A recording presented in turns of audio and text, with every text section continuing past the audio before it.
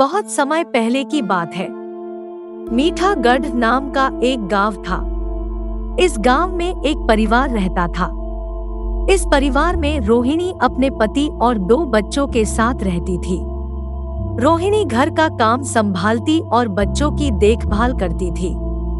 रोहिणी के पति का नाम रामू था। खेती करके अपने परिवार का पेट पालता था। वह बहुत मेहनत करता और अपने काम से बहुत खुश रहता था। उसने आज तक कभी भी किसी के साथ कोई भी गलत काम नहीं किया था। वह हमेशा दूसरों का भला करता और अपनी छोटी सी दुनिया के साथ खुश रहता था। उसके एक बेटे का नाम मोनू था। वह खेलकूद के साथ साथ पढ़ने में भी बहुत अच्छा था।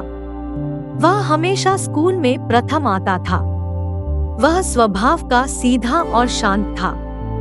हमेशा अपने माँ बाप की बातों को समझता और उनको अपने जीवन में उतारने की कोशिश करता था, जिसके कारण मोनू के अंदर एक अच्छा व्यक्तित्व धीरे धीरे जन्म लेने लग गया था। उसका दूसरा बेटा सोनू था। वह बहुत बदमाश और बिगड़ैल था। वह अपने माँ बाप की बात नहीं मानता था। वह पढ़ाई भी नहीं करता था। हमेशा दूसरों को तंग करना और परेशान करना ही उसका काम रहता था। गांव के सभी लोग इससे बहुत परेशान हो गए थे। वह जब भी किसी आदमी को रास्ते में देखता, उसको हमेशा गालियां देता और तंग करता रहता था। इसी तरीके से पूरे परिवार की जिंदगी धीरे धीरे चल रही थी। सोनू से उसके माता पिता भी बहुत परेशान थे। सोनू के पिता उसको बहुत समझाते, लेकिन वह अपने पिता की बात को हमेशा टाल देता था। मुझे काम करने की क्या जरूरत है?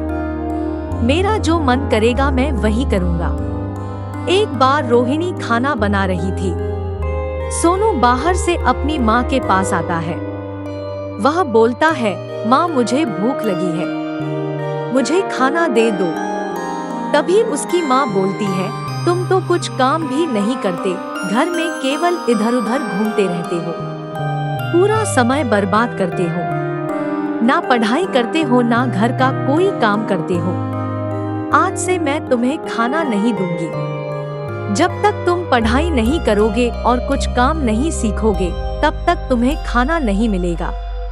सोनू अपनी माँ को बोलता है, मुझे भूख लगी है, मुझे खाना दो, मैं खाना खाऊंगा। तभी रोहिणी बोलती है, बिना पढ़ाई और काम किए बिना खाना नहीं मिलेगा। यदि तुम्हें खाना खाना है तो तुम बाहर जाओ और खाना खाओ, घर में तुम्हें खाना नहीं मिलेगा। सोनू यह बात सुनकर बहुत हैरान हो जाता है। वह घर के बाहर खाने की तलाश में निकल पड़ता है। जब वह किसी दुकानदार के पास खाने के लिए जाता है तो वह दुकानदार बोलता है, मुझे पैसे दो, उसके बाद ही खाना मिलेगा। दुकानदार कहता है, बिना पैसे के खाना नहीं मिलेगा। तभी सोनू बोलता है, मेरे पास तो पैसे नहीं हैं, मैं कैसे पैसे दे सकता हूँ? आप मुझे खाना दे दो, मुझे भूख लगी है। दुकानदार उसको वहां से भगा देता है। वह आगे की तरफ चलता है।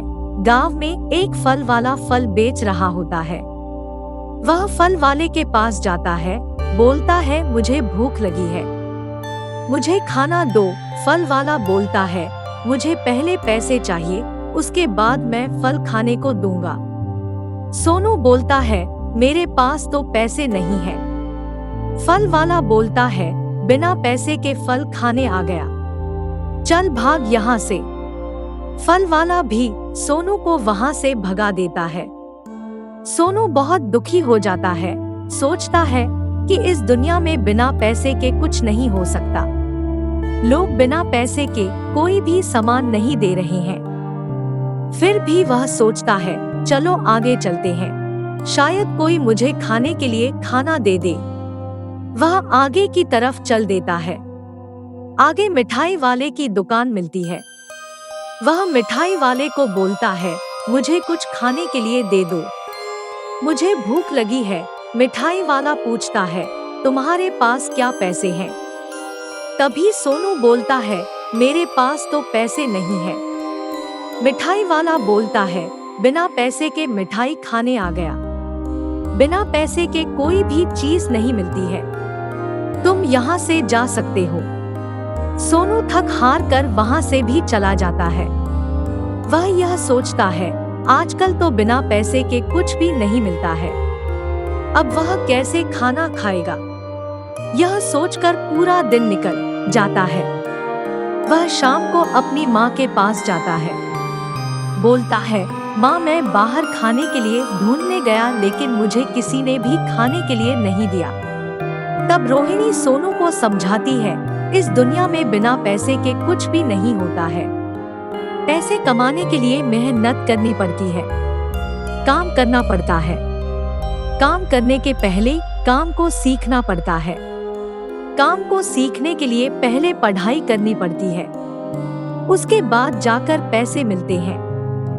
उस पैसे से हम लोग खाना लेकर आते हैं, उसके बाद ही हम लोग खाना खा पाते हैं।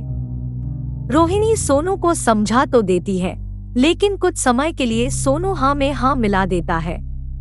बोलता है कि ठीक है, आज के बाद से मैं पढ़ाई भी करूंगा और काम भी करूंगा।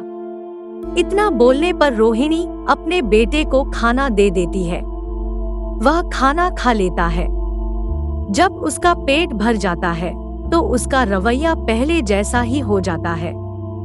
अगले दिन फिर से उसका ऐसा ही बर्ताव देखने को मिलता है। सुधरने के बजाय सोनू और भी आलसी हो जाता है।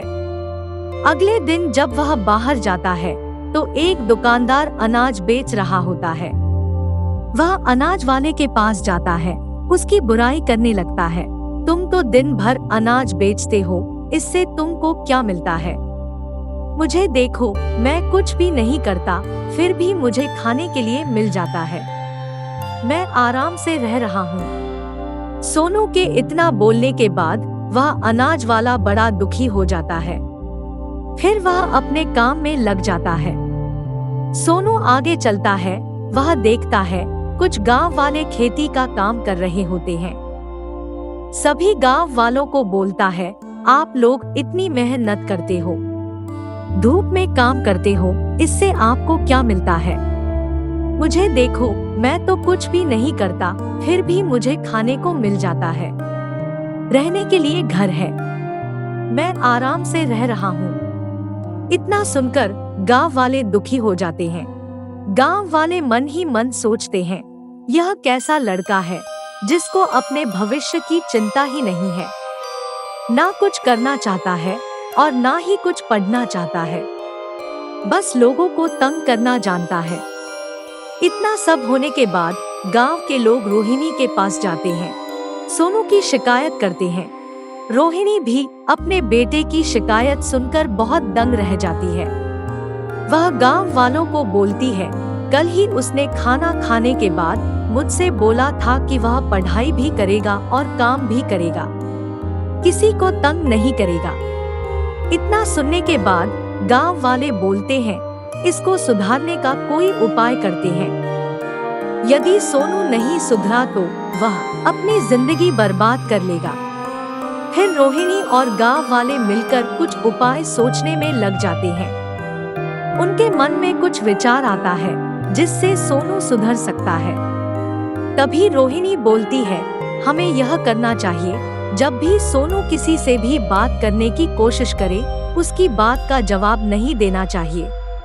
इससे क्या होगा, सोनू बहुत परेशान हो जाएगा और सोचेगा कि लोग मेरी बात क्यों नहीं सुन रहे हैं। शायद सोनू इससे सुधर जाए।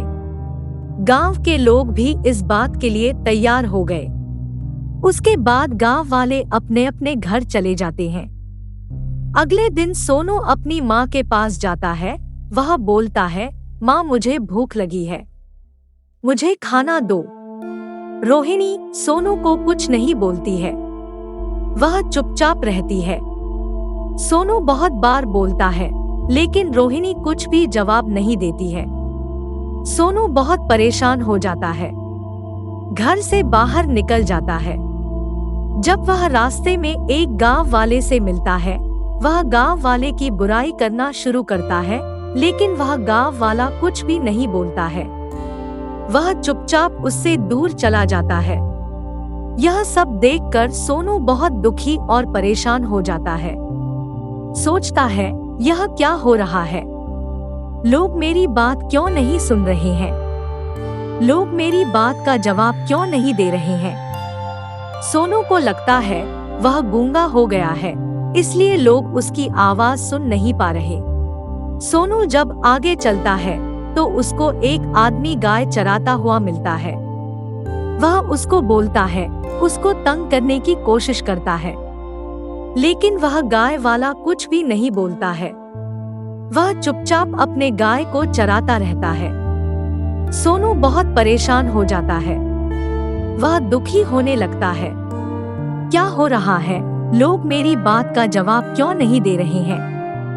वह बहुत परेशान होकर रोने लगता है। तभी सारे गांव वाले और उसकी माँ आते हैं। वह सोनू को बोलते हैं कि तुम अपनी आदतें नहीं सुधार रहे थे, इसलिए गांव के कोई भी लोग तुम्हारे सवालों का जवाब नहीं दे रहे थे। अब सोनू बोला, मैं पढ़ाई और काम करूंगा।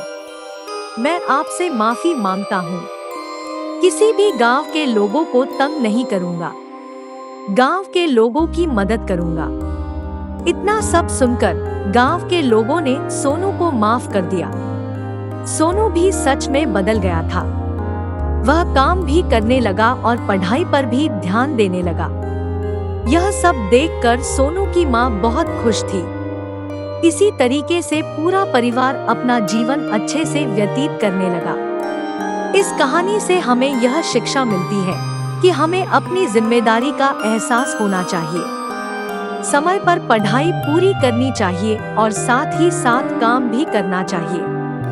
आजकल की दुनिया में बिना पैसे के कुछ नहीं होता है। यदि हमें पैसे कमाने हैं तो हमें पढ़ाई पूरी करनी पड़ेगी और साथ ही साथ काम भी करना पड़ेगा। जैसा कि आपने इस कहानी में देखा कि कैसे एक लड़के को अपनी जिम्मेदारी का एहसास नहीं था। वह अपना समय बर्बाद कर रहा था, अपनी जिंदगी के साथ खिलवाड़ कर रहा था। लेकिन जब उसको एहसास हुआ कि वह गलती कर रहा है, तो वह अपनी गलती को सुधार कर अपनी पढ़ाई पूरी करने लग गया और साथ ही साथ काम को भी सीखने लग गया। वह अपनी जिम्मेदारी को समझ चुका था। इसलिए हमें अपनी जिम्मेदारी समझनी चाहिए और उसको निभाना चाहिए।